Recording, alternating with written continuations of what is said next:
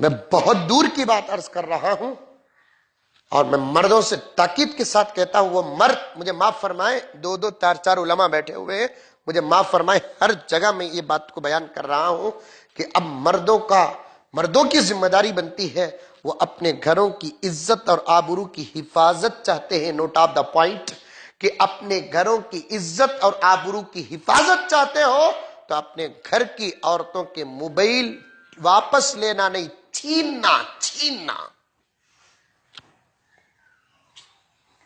Mobile سے ہماری ٹوپیاں اتر گئی، موبائل سے ہمارے دوپٹے اتر گئے،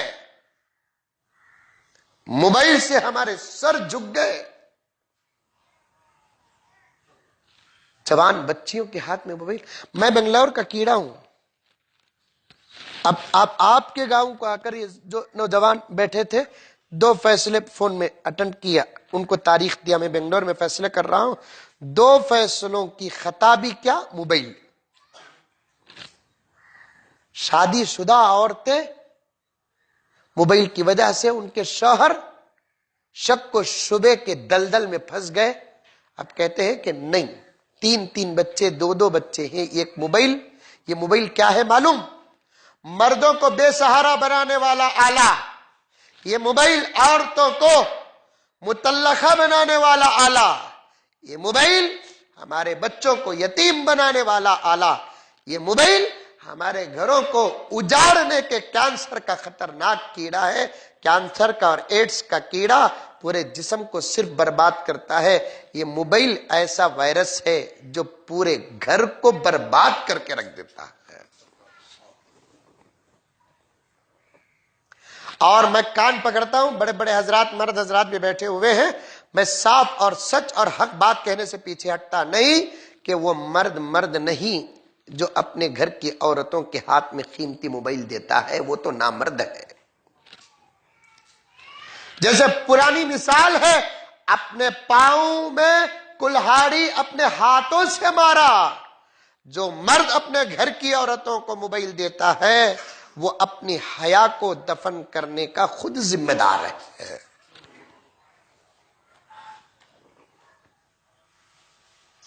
اس سے کانٹیکٹ دور دور تک جا رہے ہیں۔ مولانا ہمیں بھولے، آپ بھولے، لیکن یہ موبائل کی دنیا اتنی وسیع ہے، پریشان ہو جائیں گے آپ حضرات۔ میری بہنیں، میری ماں، کیا 80% سے زیادہ دنیا ہو چکی ہے۔ میرے شیخ قطب عالم حضرت مولانا پیر ذوالفقار احمد صاحب نقشبندی مجددی دامت برکاتہم، حضرت کا سایہ سارے عالم میں تادر اللہ تعالیٰ قائم فرمائے۔ حضرت نے خطاب میں فرمایا 80 سال سے زیادہ دنیا کی عمر ہو چکی ہے، اب صرف 20%، 80% دنیا کی عمر ہو چکی ہے، صرف 20% دنیا کی عمر ہے۔ 80% جو دنیا کی عمر گزری ہے، کیا ان لوگوں کی زندگیاں موبائل کے بغیر نہیں گزری؟ جو ہم یہ کہتے ہیں کہ موبائل کے بغیر ہم جی نہیں سکتے۔ میرے پاس ایک فیصلہ ہوا، اللہ کا کرم ہوا کہ مل کر تو ہو گیا، لیکن طلاق اور خلا کا پیپر تک لکھ دیا گیا۔ لڑکی ایک ہی ضد، موبائل رہی تو موبائل دیتے ہی کہ تو جا تم وہ گھر کو، نہیں تو نہیں جاتی۔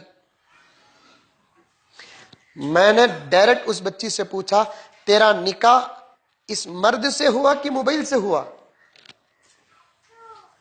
تیری زندگی مرد ہے کہ موبائل ہے؟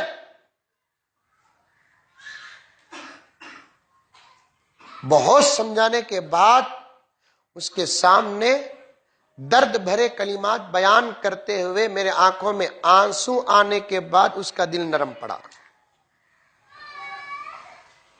اتنا تو رو رو کر فیصلہ کرنے والے دنیا میں ہیں علماء کے علاوہ۔ سٹی کورٹ ہو کہ لائر کورٹ ہو کہ ہائی کورٹ ہو کہ سپریم کورٹ ہو،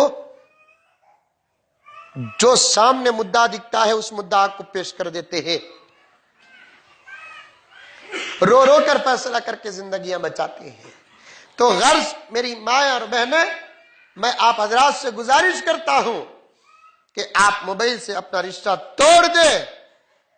اگر ضرورت ہے موبائل کی، موبائل کے بغیر چارہ نہیں ہے، ایسی صورت میں کوئی مرحوم نوکیا اس کی نسل کہتی بھی رہی تو پکڑ لگاؤ. جس کا انتقال ہوا بڑا شریف تھا حاجی صاحب، بہت نیک تھا، سادی سیدھی زندگی گزار کر بہت چھوٹی عمر میں چلا گیا، بہت چھوٹی عمر میں چلا گیا. نہ انٹرنیٹ سے تعلق، نہ واٹس ایپ سے تعلق، نہ فیس بک سے تعلق، نہ ٹک ٹاک سے تعلق، نہ کیا کہتے ہیں پب جی میں تعلق، کسی بھی تعلق. بڑا سادہ سیدھا تھا اور اس کے بڑے فائدے تھے.